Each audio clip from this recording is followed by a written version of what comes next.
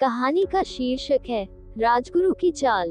तेनालीराम से चिढ़ने वाले कुछ ब्राह्मण एक दिन राजगुरु के पास पहुंचे, क्योंकि वे सभी अच्छी तरह जानते थे कि राजगुरु तेनालीराम का पक्का विरोधी है और तेनाली से बदला लेने में वो उनकी मदद जरूर करेंगे। राजगुरु और ब्राह्मणों ने मिलकर सोचा क्यों न तेनालीराम को अपना शिष्य बनाने का बहाना किया जाए। शिष्य बनाने के नियमानुसार तेनालीराम के शरीर को दागा जाएगा और इस प्रकार हमारा बदला भी पूरा हो जाएगा। फिर राजगुरु उसे निम्न कोटि का ब्राह्मण बताकर अपना शिष्य बनाने से इनकार कर देंगे।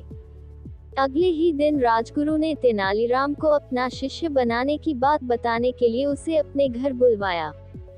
चतुर तेनालीराम राजगुरु की बात सुनकर तुरंत समझ गया कि दाल में जरूर कुछ काला है। आप मुझे अपना शिष्य कब बनाएंगे?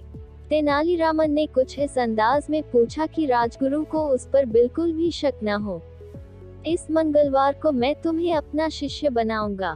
उस दिन तुम स्नान करके मेरे द्वारा दिए गए नए वस्त्र धारण करके मेरे पास आ जाना। उसके बाद तुम्हें 100 स्वर्ण मुद्राएं भी दी जाएंगी।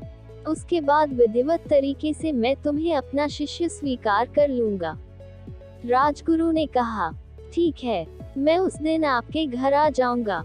इतना कहकर तेनालीराम अपने घर चला गया।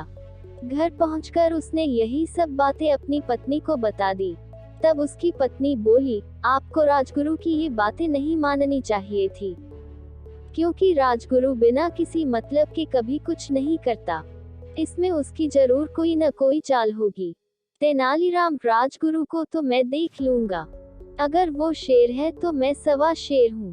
अच्छा, तो फिर आप क्या करोगे? पत्नी ने पूछा।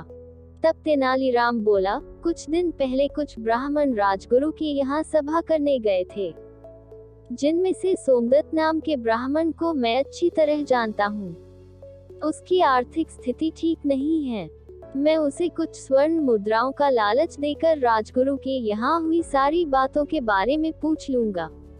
अगले ही दिन तेनालीरामन सोमदत्त के यहाँ पहुँच गया। कुछ देर बात करने के बाद उसने सोमदत्त को 10 स्वर्ण मुद्राएं देते हुए कहा, मुझे तुम्हारी आर्थिक स्थिति ठीक नहीं लग रही है, इसलिए तुम ये मुद्राएं रख लो और मुझे राजगुरु के घर हुई सारी बातें बता दो। सोमदत्त घबराते हुए बोला, मुझे नहीं पता। तब तेनालीराम ने जोर देते हुए कहा, क्यों नहीं बता सकते? आखिर तुम भी तो उस सभा में उपस्थित थे। मैं किसी को कानो कान खबर तक नहीं होने दूंगा कि तुमने मुझे कुछ बताया है। तेनालीराम ने भरोसा दिलाया। तब जाकर सोमदत्त ने स्वर्ण मुद्राएं लेते हुए तेनालीराम को सभा में हुई सारी बातों से अवगत करा दिया। समय बीता और मंगलवार का दिन आ गया। तेनालीराम सुबह जल्दी उठकर स्नान करके राजगुरु के घर की ओर चल दिया। राजगुरु के घर पहुंचने पर उसने राजगुरु द्वारा दिए गए सुंदर वस्त्र धारण कर लिए। इसके बाद राजगुरु ने उसे 100 स्वर्ण मुद्राएं देकर बैठने के लिए कहा।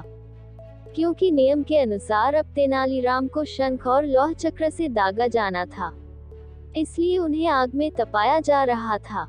जैसे ही वे पूरी तरह तप गए तभी तेनालीराम 50 स्वर्ण मुद्राएं राजगुरु की ओर फेंकते हुए बोला, आधी ही बहुत है, आधी आप वापस रख लीजिए। इतना कहकर तेनाली वहां से भाग गया। अब राजगुरु और ब्राह्मण भी तपे हुए शंख और लौह चक्र लेकर तेनालीरामन के पीछे पीछे दौड़ने लगे। यह नजारा देखने के लिए रास्ते में काफी भीड़ इकट्ठी हो चुकी थी। तेनालीराम भागते भागते महाराज के पास पहुंच गया और बोला, महाराज, न्याय करें। दरअसल मुझे राजगुरु का शिष्य बनाया जा रहा था कि मुझे अचानक याद आया कि मैं उनका शिष्य नहीं बन सकता, क्योंकि मैं तो निम्न कोटि का ब्राह्मण हूँ। वैदिकी ब्राह्मण ही राजगुरु का शिष्य बन सकता है। इसलिए आधी विधि होने के कारण मैंने 50 स्वर्ण मुद्राएं रख ली और 50 स्वर्ण मुद्राएं राजगुरु को वापस दे दी। फिर भी वे मुझे दगवाने के लिए मेरे पीछे आ रहे हैं। अब राजगुरु और सभी ब्राह्मण भी वहां आ पहुंचे तो महाराज के पूछने पर राजगुरु को स्वीकारना पड़ा कि तेनालीराम उनका शिष्य नहीं बन सकता। राजगुरु ने असली बात छिपाते हुए महाराज से क्षमा मांगते हुए बोले, मैं यह भूल गया था कि तेनालीराम निम्न कोटि का ब्राह्मण है। तभी महाराज बोले, तेनालीराम की ईमानदारी के लिए तो उसे इनाम मिलना चाहिए। इतना कहते ही महाराज ने तेनालीराम को 1000 स्वर्ण मुद्राएं इनाम के तौर पर दे दी। बेचारे राजगुरु और ब्राह्मणों की बदला लेने की योजना तो धरी की धरी रह गई। ऐसी और मजेदार कहानियां सुनने के लिए मेरे चैनल को लाइक, सब्सक्राइब और शेयर करें।